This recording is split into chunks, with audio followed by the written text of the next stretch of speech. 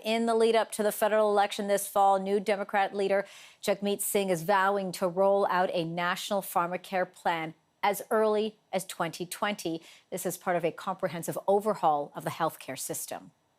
That means dental care for everyone.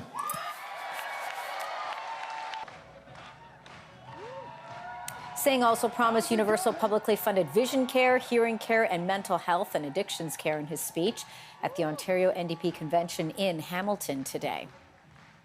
Well, for more on this, I'm joined by political consultant Michael Geoghegan. Welcome, Michael. Thank you. It's good to be back. So we were just listening to Jagmeet Singh there, and earlier today he laid out his plan, if you will, calling it sort of a new deal for Canada. What are your thoughts on what he said? There was a great deal of focus on that national pharmacare plan. Well, I think this shows that the NDP has been paying attention to what's happening south of the border. They've seen that the political left has really started to rally around candidates that are coming out with specific policies, such as Bernie Sanders and Elizabeth Warren. And so I think for the NDP in Canada, they've taken a page out of the book, even referring to the New Deal, which, of course, politicians like Bernie Sanders and AOC, Alexandria Cortez, have also referenced. And I think they're also looking at things like, Canada is the only country with a public healthcare system that doesn't include dental care. As the United States has shown, some of these pharmaceutical companies are not above out-and-out extortion in terms of their pricing models if government lets them get away with it. So, we've seen massive increases in the price of insulin for patients in the United States, a drug that was patented by Canadians, by the way. And then given for free to keep the cost low. So I think in terms of Jagmeet Singh, they're looking at what's happening in the state. They're trying to get some excitement. They're nervous about how much support is going to the Greens, and they want to stay relevant in this election. So they're trying to offer up some very specific and substantive platform proposals heading into the election. His proposal, though, includes saying that he can have this up and running by 2020. Is that realistic, Michael? The Liberals' plan looks at 2027 with a $15.3 billion annual price tag.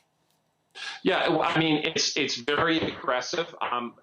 I don't think there's an expectation that the NDP can form a majority government. However, there is a possibility that they could hold the balance of power depending on how close the Liberals and Conservatives are in the election, and again, how many seats the Greens get. So this is all about positioning themselves as being more progressive than the Liberals, trying to win back some voters that have gone have gone Liberal and have gone Green, so that they can remain a major party in terms of Ottawa. If we end up coming out with a Liberal majority government, what kind of role do you think then the NDP can play in this? If he's moving forward with this type of a platform and does get the support that he's looking for, how big of a role do you think the NDP can then play in government?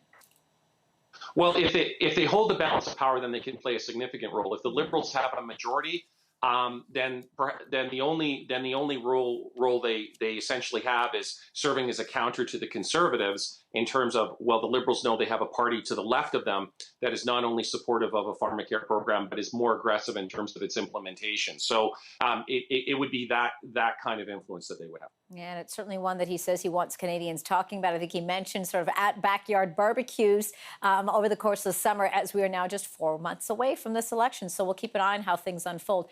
Michael Geoghegan, thanks a lot for your time today. Appreciate it. Thank you. You're welcome.